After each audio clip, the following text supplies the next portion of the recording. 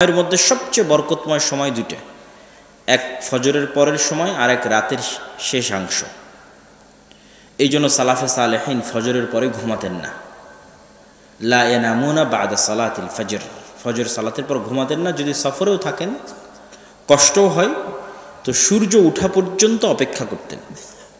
সূর্য উঠলে তারপরে ঘুমাতে যেতেন। কেননা আল্লাহর নবী বলছে, ইন্নাল্লাহা জাআলা লিহাদিহিল উম্মাল বারাকা ফি বুকুরিহা, আল্লাহ আমার উম্মতের জন্য বরকত রেখেছে সকালে।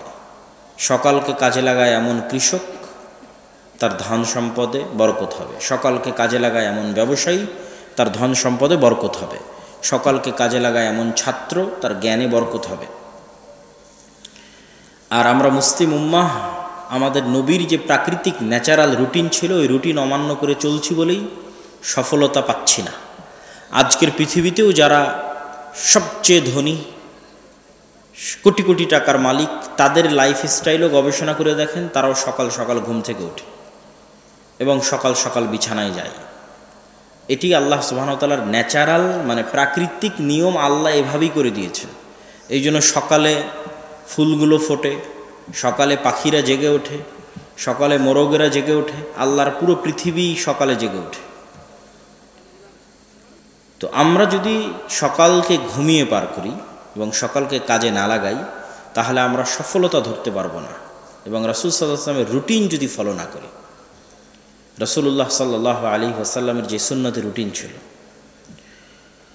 আর আরেকটা অংশ হচ্ছে রাতের শেষাংশ, ফাতাহাজ্জাদ বিহি নাফিলাতাল লাক আসা আন ইয়াবআসাকা রাব্বুকা মাকামান মাহমুদা। আপনি তাহাজ্জুদ পড়েন, কেননা আল্লাহ আপনাকে অনেক বড় সম্মান দিবেন। সে সম্মানের নাম মাকামান মাহমুদ। ওই সম্মান যদি পেতে চান, তো রাতে একটু হলেও সালাত আদায় করতে হবে। আর আমরা এই সমস্ত রুটিন থেকে বহু দূরে, যার ফলশ্রুতিতে আমরা আল্লাহ সুবহানাহু ওয়া তাআলার বরকত বঞ্চিত অবস্থায় আছি। সম্মানিত উপস্থিতি, সময়কে কন্ট্রোল করার সবচেয়ে বড় উপায় হচ্ছে 5 ওয়াক্ত সালাত, যা মানুষের সময়কে কাজে লাগাতে সহযোগিতা করবে। কেননা ইসলাম ইটসেলফ একটা টাইম ম্যানেজমেন্ট। ইসলামের এমন কোনো ইবাদত আপনি খুঁজে পাবেন না যা সময়ের সাথে সম্পৃক্ত নয়। সালাতের কথা বলবেন, সালাতও সময়ের সাথে সম্পৃক্ত। এরকম তো হতে পারত যে আমি দিনে একবারে একই সময় একসাথে সব ওয়াক্তের সালাতের রাকাত আদায় করে নেব। সকাল 10টার সময় ফজরের 2 রাকাত, জোহরের 4 রাকাত, আসরের 4 রাকাত, মাগরিবের 3 রাকাত, এশার 2 রাকাত, সব একবারই শেষ। এটা হতে পারতো না? পারতো না? বলেন তো। হতে পারতো যদি শুধু রাকাতগুলো মূল উদ্দেশ্য হতো। কিন্তু এই প্রত্যেকটা রাকাতকে নির্ধারিত সময়ে সেট আপ করা আছে, তথা ওই সময়গুলো আল্লাহর দরবারে সেভ হয়ে যাচ্ছে। ওই সময়ের সাথে মানুষকে কানেক্ট করা আছে, মুসলিম উম্মাহকে। সিয়াম রাখবেন, সিয়ামের শুরু শেষ সময়ের সাথে সম্পৃক্ত করা আছে। ইসলামের যত ইবাদত আছে, ঈদের সালাত আদায় করবেন, সময়ের সাথে সম্পৃক্ত করা আছে। কুরবানি করবেন, সময়ের সাথে সম্পৃক্ত করা আছে। এই পুরো দিনটা সময়ের সাথে কানেক্টেড। আল্লাহ সুবহানাহু ওয়া তাআলা আমাদেরকে সময়কে গুরুত্ব দেওয়ার তৌফিক দান করুক, আল্লাহুম্মা আমিন। বক্তব্যের দ্বিতীয় অংশ, বর্তমান বাংলাদেশে ইসলামী রাষ্ট্র ব্যবস্থা নিয়ে ব্যাপক আলোচনা হচ্ছে। মানুষজন চায় যে গণতান্ত্রিক উপায়ে তারা রাষ্ট্র ক্ষমতায় যাবে এবং ইসলাম প্রতিষ্ঠা করবে। এটি যে আকাশ কুসুম অলীক কল্পনার শামিল, তা তারা বুঝতে পারে না।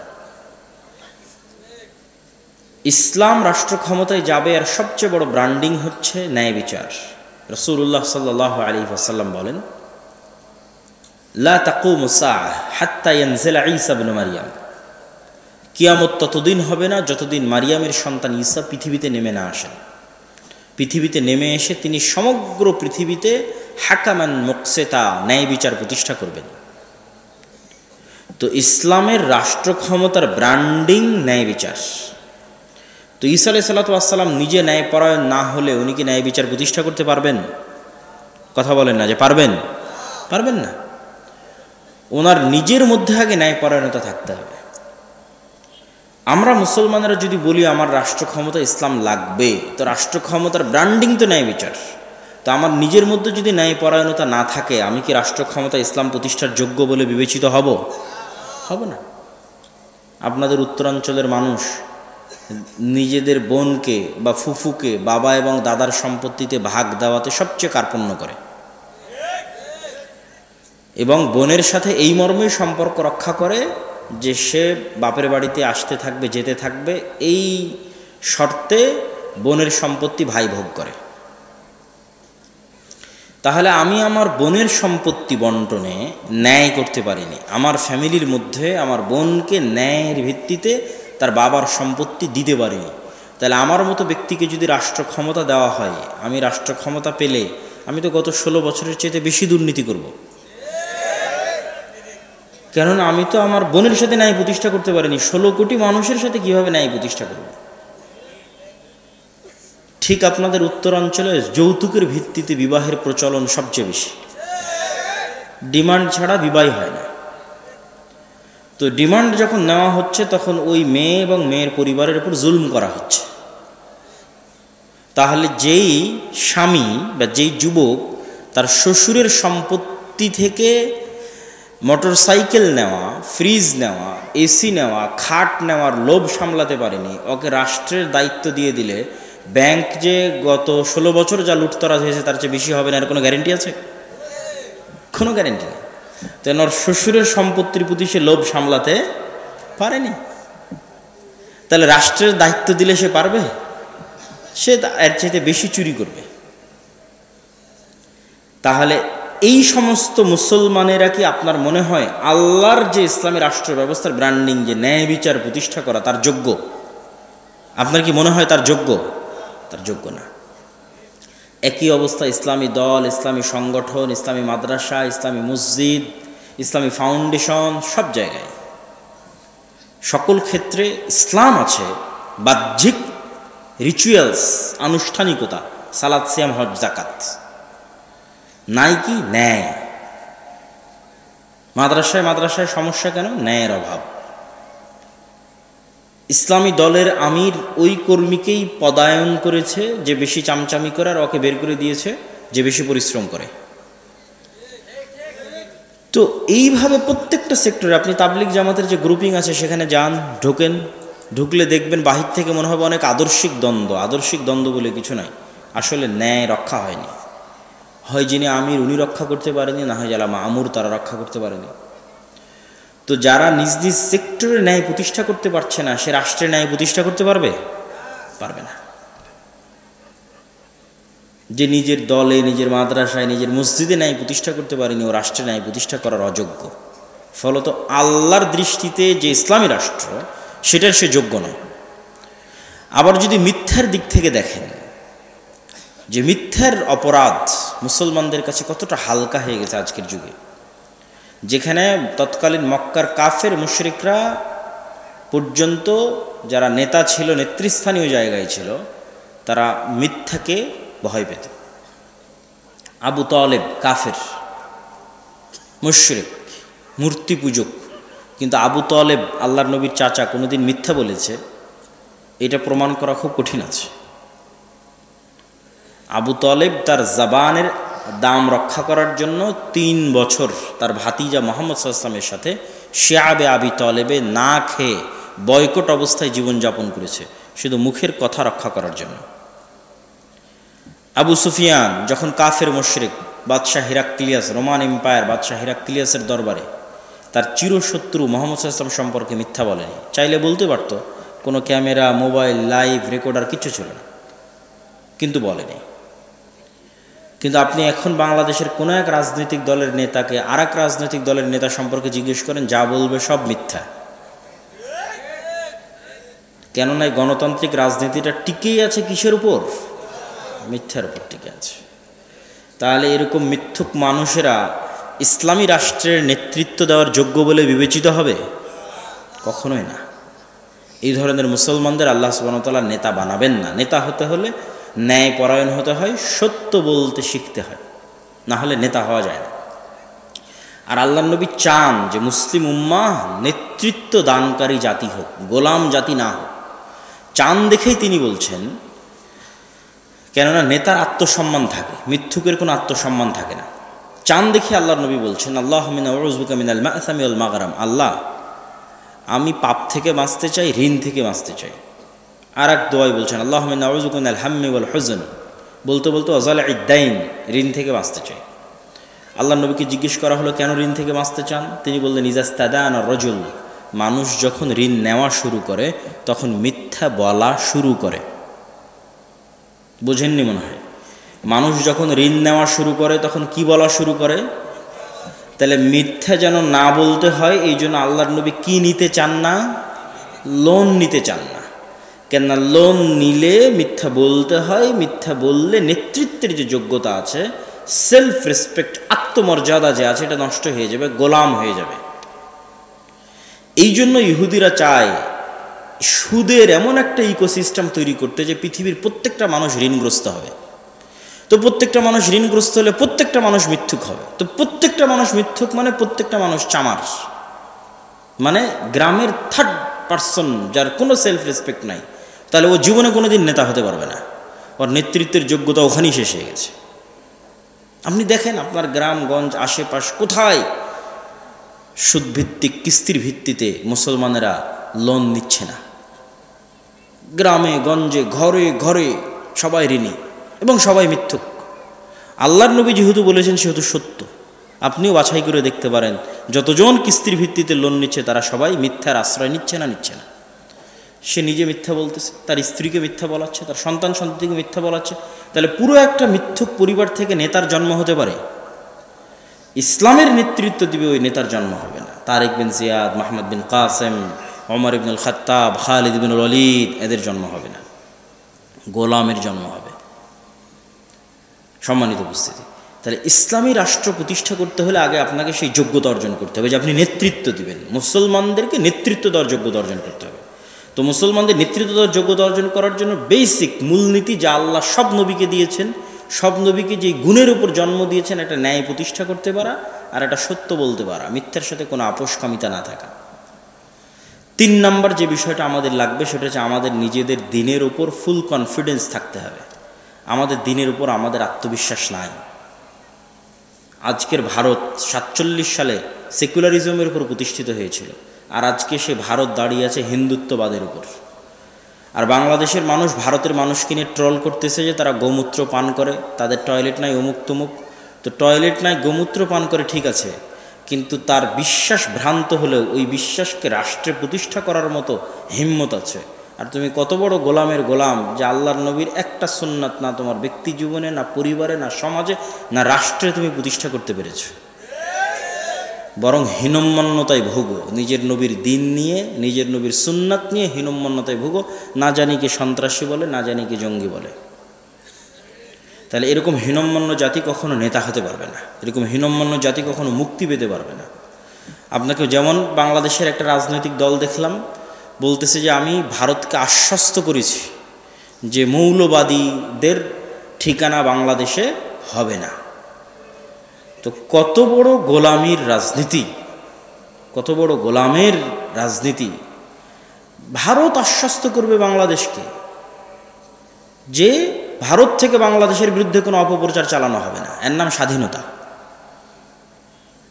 সেখানে কত বড় গোলাম হলে বলে যে আমরা ভারতকে আশ্বস্ত করেছি। তো এই গোলামিটা আমাদের রক্তের মধ্যে ঢুকে গেছে এবং মিথ্যা বলতে বলতে আমরা এই গোলামি বহন করছি এবং নিজের দিনের উপর কোনো কনফিডেন্স নাই। নিজেকে কত বড় ধর্মবিদ্বেষী প্রমাণ করতে পারে, নিজেকে কত বড় কোরআন বিমুখ প্রমাণ করতে পারে, কত বড় হাদিস বিমুখ প্রমাণ করতে পারে, কত বড় সেকুলার প্রমাণ করতে পারে, এগুলোই হয়ে গেছে মুসলমানদের রাজনীতির ভিত্তি। এটা হচ্ছে গোলামির পরিণতি এবং গোলামির চিহ্ন। তো আমাদেরকে এই গোলামির চরিত্র থেকে, গোলামির স্বভাব থেকে বের হয়ে নিজের দিনের উপর কট্টর হতে হবে, অটল হতে হবে। সারা পৃথিবী ডানপন্থার দিকে যাচ্ছে, আপনি গেলে সমস্যা কী? আপনার পাশের দেশ কট্টর ডানপন্থী হিন্দু, তারপরে আরেকটু দূরে গেলে ইসরায়েল কট্টর ডানপন্থী হিন্দু, সমস্যা কী? ইসরায়েল তো কাউকে পরোয়া করছে না, সে তো কট্টর ডানপন্থী ইহুদি। এখন আমেরিকাও কট্টর ডানপন্থার দিকে যাচ্ছে, সিলেবাসের মধ্যে বাইবেল অন্তর্ভুক্ত হয়ে যাচ্ছে, LGBTQ নিষিদ্ধ হয়ে যাচ্ছে, লিঙ্গ মাত্র 2টা, মেল এবং ফিমেল, পুরুষ লিঙ্গ এবং স্ত্রীলিঙ্গ। তো সবাই যদি কট্টর ডানপন্থার দিকে যায়, মুসলমানরা গেলে সমস্যা কী? কিন্তু মুসলমানদের এই হীনম্মন্যতার কারণে, এই মিথ্যার কারণে এবং এই অন্যায়পরায়ণতার কারণে আজকে মুসলমানেরা পিছিয়ে আছে তাদেরকে আগে তাদের এই চারিত্রিক গুণাবলীগুলো ঠিক করতে হবে। আর সর্বশেষ যেটি কথা সেটি হচ্ছে, যত কুফরি তন্ত্রমন্ত্র আছে, এই কুফরি তন্ত্রমন্ত্র দিয়ে পূর্ণাঙ্গ ইসলাম প্রতিষ্ঠা করা কখনোই সম্ভব নয়। কুফরি তন্ত্রমন্ত্র দিয়ে পূর্ণাঙ্গ ইসলাম প্রতিষ্ঠা করা কখনোই সম্ভব নয়। আপনি বিকৃত ইসলাম প্রতিষ্ঠা করতে পারেন, অপূর্ণাঙ্গ ইসলাম প্রতিষ্ঠা করতে পারেন, মন্দের ভালো বলতে পারেন, কিন্তু পূর্ণাঙ্গ ইসলাম অসম্ভব। পূর্ণাঙ্গ ইসলাম প্রতিষ্ঠা করতে হলে পূর্ণাঙ্গ বিপ্লব লাগবে, যাই পুরো সিস্টেমকে সম্পূর্ণরূপে পরিবর্তন করে দিবে। এবং সেটার জন্য একদল তরুণকে এগিয়ে আসতে হবে, যারা হবে ন্যায়পরায়ণ, যারা হবে সত্যবাদী, যারা হবে নিজের দিনের উপর আপোষহীন কট্টর, এবং যারা এই সমস্ত কুফরি তন্ত্রমন্ত্র থেকে নিজেদেরকে মুক্ত ঘোষণা করবে, যেমনভাবে ইব্রাহিম আলাইহিস সালাতু ওয়াস সালাম নিজেকে শিরক থেকে মুক্ত ঘোষণা করেছিলেন। ইন্নী বারীউম মিম্মা তুশরিকুন, হে আমার জাতি, তোমরা যে শিরক করো এটা থেকে আমি মুক্ত। ইন্নী ওয়াজ্জাহতু ওয়াজহি লিল্লাযী ফাতারাস সামাওয়াতি ওয়াল আরজ, আমি আমার মুখমণ্ডলকে ওই প্রতিপালকের দিকে ফিরিয়ে নিয়ে যাচ্ছি যিনি আসমান এবং জমিনকে সৃষ্টি করেছেন, আর আমি মুশরিকদের অন্তর্ভুক্ত নই। আর এক আয়াতে ইব্রাহিম আলাইহিস সালাম বলেছেন, আল্লাহ সুবহানাহু ওয়া তাআলা বলেন ইব্রাহিম আলাইহিস সালামের কথা, কাফারনা বিকুম, তোমাদের কুফরি করলাম, তোমাদের রব, তোমাদের প্রতিপালক, তোমাদের মূর্তি, যা পূজনীয় ইলাহ আছে এগুলোর কুফরি করলাম। তো এই সমস্ত কুফরি মতবাদ থেকে নিজেদেরকে মুক্ত ঘোষণা করতে হবে এবং অন্যায়ের বিরুদ্ধে আন্দোলন করতে হবে। নিজ নিজ জায়গায়, নিজ নিজ সেক্টরে, নিজ নিজ সক্ষমতার মধ্যে ন্যায় প্রতিষ্ঠা করতে হবে। তথা আপনাদের দাওয়াতি কাজের অংশ শুধু সালাত, শুধু সিয়াম এটি না, এটি হয়েও মানে এটির পাশাপাশি আপনাদের দাওয়াতি কাজের অংশ সালাত, সিয়াম, আকীদা যেমন হবে, তার পাশাপাশি দাওয়াতি কাজের একটা অংশ হবে আল আমরু বিল মারুফ ওয়ান নাহি আনিল মুনকার, তথা অন্যায়ের প্রতিবাদ করা, অন্যায়কে দমানো। যেমন আপনারা যারা বিভিন্ন এলাকায় বিভিন্ন গ্রামগঞ্জে দাওয়াতি কাজ করেন, তো এতদিন দাওয়াতি কাজ করতেন কি? দাওয়াতি কাজ করতেন সালাতের, সিয়ামের, আকীদার। এখন তার সাথে আরেকটা জিনিস যুক্ত করবেন, যে কোনো বাড়িতে যদি মৃত মানুষ মারা যায় তো ওই মৃত ব্যক্তির কন্যাকে তার সম্পত্তি বুঝিয়ে দিতে বাধ্য করবেন। বুঝেননি মনে হয়? তাহলে আপনি কি প্রতিষ্ঠা করলেন বলেন তো? ন্যায় প্রতিষ্ঠা করলেন। তো ন্যায় প্রতিষ্ঠা করলেন মানে নেতা হয়ে গেলেন। এটা জেনে রাখেন যে ন্যায় প্রতিষ্ঠা করা মানে বাই ডিফল্ট নেতা হওয়া। আপনাকে আর আলাদা করে নেতা হতে হবে না, আলাদা করে ভোট চাইতে যেতে হবে না। আপনি ন্যায় প্রতিষ্ঠা করতে পারছেন মানে নেতা হয়ে গেছে। যত বেশি পরিমাণে ন্যায় প্রতিষ্ঠা করতে পারবেন তত বড় লেভেলের নেতা হবেন। এভাবেই আল্লাহ সুবহানাহু ওয়া তাআলা পৃথিবী সাজিয়েছে। কোথাও যৌতুকের ভিত্তিতে বিবাহ হচ্ছে, ওটা বন্ধ করে দেন, বিনা যৌতুকে বিবাহের ব্যবস্থা করেন। যতদূর আপনার সাধ্যে কুলায় ততদূর আপনি মানুষের প্রতি হওয়া অন্যায়কে থামাবেন, আল্লাহর বান্দার প্রতি হওয়া অন্যায়কে থামাবেন, এবং আল্লাহর বান্দার মধ্যে যে ন্যায় আছে সেই ন্যায় প্রতিষ্ঠা করার চেষ্টা করবেন। আপনি যত বেশি পরিমাণে ন্যায় প্রতিষ্ঠা করার চেষ্টা করবেন, আপনি তত বড় লেভেলের নেতা হয়ে যাবেন। কিভাবে আল্লাহ আপনাকে কবুল করবে, কিভাবে রাষ্ট্র ক্ষমতা দিয়ে দিবে, এটা আপনি চিন্তাও করতে পারবেন না। কিন্তু ওই জাজবা, ওই মানসিকতা আমার এবং আপনার মধ্যে থাকতে হবে, এবং শুরু হতে হবে নিজের থেকে। নিজের ঘরে, নিজের স্ত্রী, নিজের পুত্র, আপনার স্ত্রীর সাথে আপনি ন্যায় করতে পেরেছেন কিনা, আপনার সন্তান সন্ততির মধ্যে ন্যায় প্রতিষ্ঠা করতে পেরেছেন কিনা। একদম নিজ জায়গা থেকে শুরু হতে হবে। নেতা হতে চাইলে, নেতৃত্ব দিতে চাইলে, রাষ্ট্রে ইসলাম প্রতিষ্ঠা করতে চাইলে। আল্লাহ সুবহানাহু ওয়া তাআলা আমাদেরকে সেই তৌফিক দান করুক, আল্লাহুম্মা আমিন। বক্তব্যের শেষের দিকে এসে আপনাদের সাথে কয়েকটা জরুরি কথা। এক, আদ-দাওয়া ইলাল্লাহ। আব্দুর রহিম প্রায় টানা 3 দিনের দাওয়াতি সফর দিনাজপুরের প্রায় সব উপজেলায় এসে যাওয়ার চেষ্টা করেছে। আমিও আপনাদের এই উত্তর অঞ্চলের বহু জেলায়, বহু উপজেলায় দাওয়াতি সফর দিয়েছি। আমাদের এই দাওয়াতি সফরগুলোর মূল উদ্দেশ্য মসজিদ ভিত্তিক দিন শিক্ষাকে শক্তিশালী করা। প্রায় 500টা মক্তবের শিক্ষক আমাদের থেকে ট্রেনিং নিয়েছে। এই 500 মক্তবের শিক্ষককে আগামী 22 তারিখ আমাদের একটা অনুষ্ঠান আছে ঢাকাতে, সেখানে তাদেরকে আমন্ত্রণ জানানো হচ্ছে ফোনের মাধ্যমে। যারা হয়তো দেখছেন তারাও জানতে পারবেন। সেখানে আমরা প্রায় 500টা মক্তবের শিক্ষককে তাদের যে কায়দা আছে, আমাদের উসমানী কায়দা, সেটি তাদের ছাত্র সংখ্যা অনুযায়ী ফ্রি বিতরণ করা হবে ইনশাআল্লাহ। আর এই 500 মক্তবের শিক্ষক যখন আমাদের কাছে ট্রেনিং নিয়েছে, তাদের যাতায়াত খরচ, থাকা খাওয়া খরচ, আসা খরচ সব কিছু আমরা বহন করেছি। তো এটা বিশাল কর্মযোগ্য, আল্লাহর দয়া, আল্লাহর রহমতে চলতেছে আলহামদুলিল্লাহ। এটির সাথে আপনাদের অংশগ্রহণ করতে হবে, যুক্ত হতে হবে। আমাদের সিলেবাসে, আমাদের ট্রেনিংয়ে আপনাদের মক্তবগুলোকে কানেক্টেড করতে হবে। ঠিক জামিয়া সালাফিয়ার অধীনে বিভিন্ন শিক্ষা প্রতিষ্ঠান পরিচালনারও আমরা উদ্যোগ নিয়েছি। জামিয়া সালাফিয়ার উন্নত সিলেবাস, উন্নত শিক্ষক, উন্নত ট্রেনিং, সকল কিছুর ভিত্তিতে। তো সেটিতেও আপনাদের প্রতিষ্ঠানগুলো অংশগ্রহণ করতে পারে। আর মাসিক আল ইতিসাম, মাসিক আল ইতিসামের প্রশ্ন উত্তর দেশি বিদেশি আলেম ওলামার উপস্থিতিতে নির্ধারিত হয়ে থাকে। মাসিক আল ইতিসামের সম্পাদকীয় সমসাময়িক হয়, যেমন জানুয়ারি মাসের সম্পাদকীয় ছিল সিরিয়ার উপর, এই ফেব্রুয়ারি মাসের সম্পাদকীয় আছে মুক্তিযোদ্ধা বনাম রাজাকার, বাংলাদেশকে বিভক্ত করার এক ভারতীয় বয়ান। এরকম বিভিন্ন সমসাময়িক ইস্যুতে আপনারা মাসিক আল ইতিসামের সম্পাদকীয় পাবেন। আর সর্বশেষ আগামী 13 ও 14 ফেব্রুয়ারি আল জামিয়া সালাফে রূপগঞ্জ নারায়ণগঞ্জে ভারত, পাকিস্তান, সৌদি আরব, নেপাল, বিভিন্ন রাষ্ট্রের বড় বড় আলেম ওলামা উপস্থিত থাকবেন। বিশেষ করে আল্লামা ইবতিসাম ইলাহি জাহির, যিনি আল্লামা ইহসান ইলাহি জাহির রহমাউল্লাহর সন্তান, তিনি জামিয়া সালাফের দাওয়াতে বাংলাদেশে আসতেছেন। তিনিও আগামী 13 ও 14 ফেব্রুয়ারি উক্ত সালাফি কনফারেন্সে উপস্থিত থাকবেন। পাকিস্তানের আহলে হাদিসদের সিংহ পুরুষ বলা হয় আল্লামা ইহসান ইলাহি জাহির রহমাউল্লাহকে, তার সন্তান, বড় সন্তান আল্লামা ইবতিসাম ইলাহি জাহির। তা আপনাদের সকলের উদাত্ত আহ্বান থাকলো উক্ত আগামী 13 ও 14 ফেব্রুয়ারির 2 দিনব্যাপী রূপগঞ্জের কনফারেন্সে উপস্থিত হয়ে সেটিকে সাফল্যমণ্ডিত করার, আর দাওয়া ইলাল্লাহর সাথে সম্পৃক্ত হয়ে মসজিদ ভিত্তিক দিন শিক্ষাকে শক্তিশালী করার এবং মাসিক আল ইতিসাম পড়া এবং ফ্রি বিতরণের মাধ্যমে এই দাওয়াতি কাজকে আরও শক্তিশালী, আরও জোরদার করার। আল্লাহ সুবহানাহু ওয়া তাআলা আমাদের সকলকে কবুল করুক, আল্লাহুম্মা আমিন। ওয়া আখিরু দাওয়ানা আনিল হামদুলিল্লাহি রাব্বিল আলামিন।